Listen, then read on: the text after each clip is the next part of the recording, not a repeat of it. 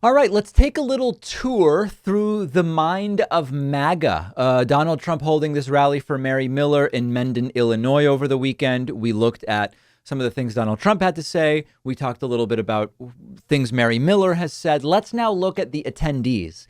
And I continue to think that there's a bit of a split between sort of like your normal Republicans with whom I still disagree on policy, but they're basically people who, like, on a weekend, they might, go to a tag sale or take their kids to soccer or maybe, even go to a shooting range or whatever. That there's those Republicans. And then there's the Republicans that are willing to travel to a Trump rally. And these are very different people. I'm not saying I love the normal Republicans' political views. That's not what I'm saying. But there is a distinction here. And we're going to start with a guy who, you know what? We're just going to start with a guy. OK, let's listen to what he had to say. Fluoride is an old neurotoxin that's used to kill rats, and the Nazis used to put it with Stalin. They had a 1936 World Court. Let me stop you right there. Then why hasn't we seen a lot of people drop dead like rats That's a great question. Why hasn't we've seen? That's exactly the question I would ask. from brushing their teeth with fluoride or using it? See, if you give a low toxic dose, if you had a massive dose of fluoride, you would die.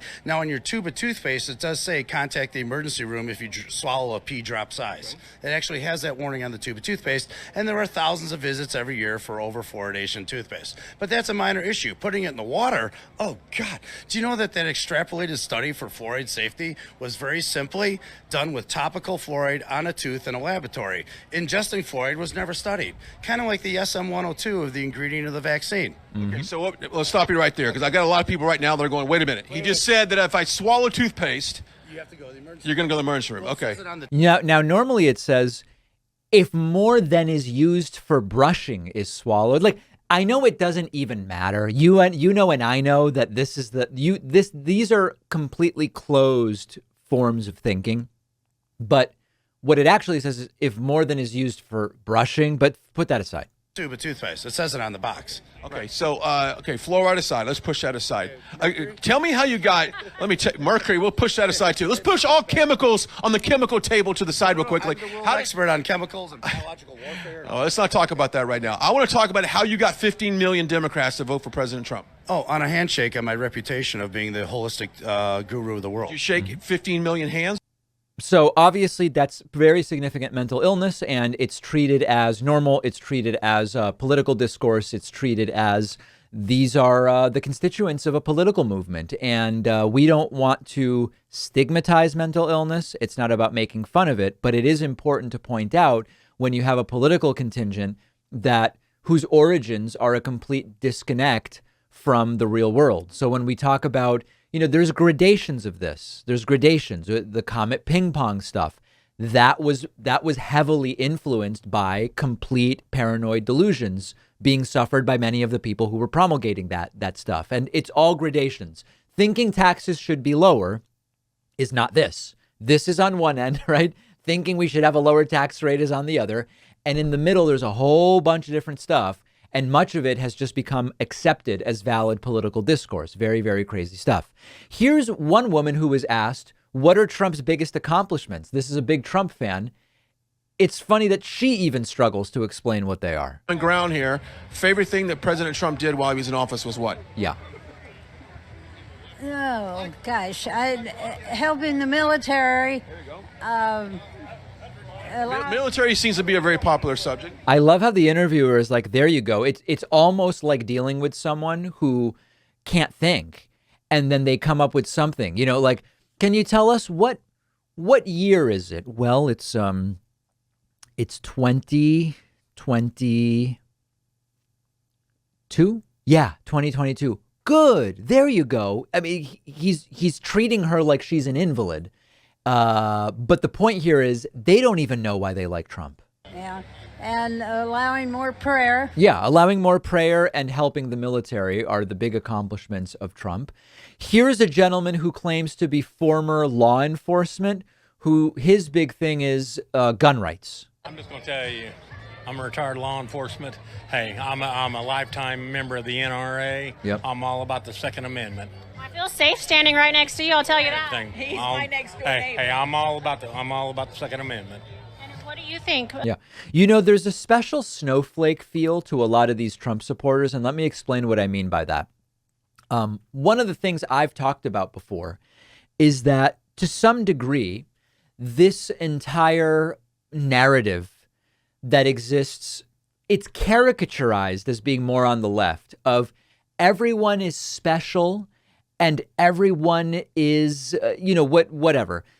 That sometimes taken too far, it can sort of create problems of self-centeredness and et cetera, where like, yes, we're all individuals. We all bring unique perspectives to the table.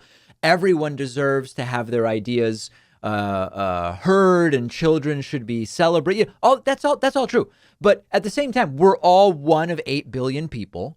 And everybody has to kind of be part of the collective. And there's millions of people that fall into every category. And we sort of like need some balance when you go too far. One of the things that I get the feeling of with some of these folks is they believe that they are completely unique and above everything else. The law enforcement guy, listen, I'm retired law enforcement. And the Second Amendment, and this makes me unique in my support for Trump and how I should be listened to. It. This is the thing they criticize about the left. They go, oh, all these leftists, special snowflake. Well, they kind of do the same thing. As a teacher who supports assault rifles, I am here and I know that it is Trump that we need. Okay, all right. It's just another opinion among hundreds of millions. Like, let's apply some healthy skepticism to everyone's perspective here to some degree. Okay, then we go to the next guy. This guy doesn't know what's going on. I won't even introduce this. When the left media went berserk over President Trump drinking with 2 hands or walking slow down an icy step, I mean, This guy's fallen up the stairs to Airplane One. Airplane One. 3 times. And where Putin is out ice skating and riding horses and practicing their foreign affairs, which are really poor right now. But with a weak leader, the rest. All right. So anyway, Putin's strong and Trump is strong, but Biden is weak. That seems to be the most important perspective. And then here's another woman asked about Trump's biggest accomplishment in office. And she struggles, too. These folks are struggling. Favorite thing that Trump did during his tenure in the White House was what? Just one thing? I'm putting you on the spot for just one. I'm sure there's a dozen. I feel like he really brought our country together for once. I mean, I can't think of a president, at least in my lifetime, that's brought us together as a whole like that. Yeah. Remember how united the country was under Trump? That's pretty interesting. So sometimes I wonder how these folks even manage to feed themselves, and many of them raise kids. I mean, that's the incredible thing. But a very interesting and different political constituency. And the question will be, without Trump on the ballot in November, do they vote? With Trump gone from the White House and not on the ballot, do they vote? And do Trumpian candidates win in November? 4.5 months, and we'll have that answer. One of our sponsors today is Blue Chew, a unique online service delivering the same active ingredients as Viagra and Cialis in a chewable form and at a fraction of the cost.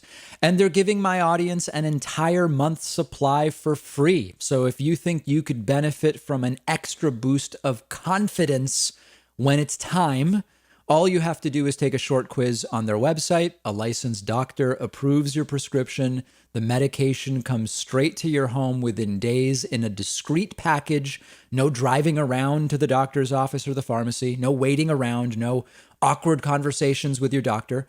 All of Blue Chew's tablets are made in the USA. The entire process is just a few clicks. Go to BlueChew.com. The link is underneath this video. They'll give you an entire month's supply for free when you use the promo code PACMAN. All you have to do is pay $5 shipping.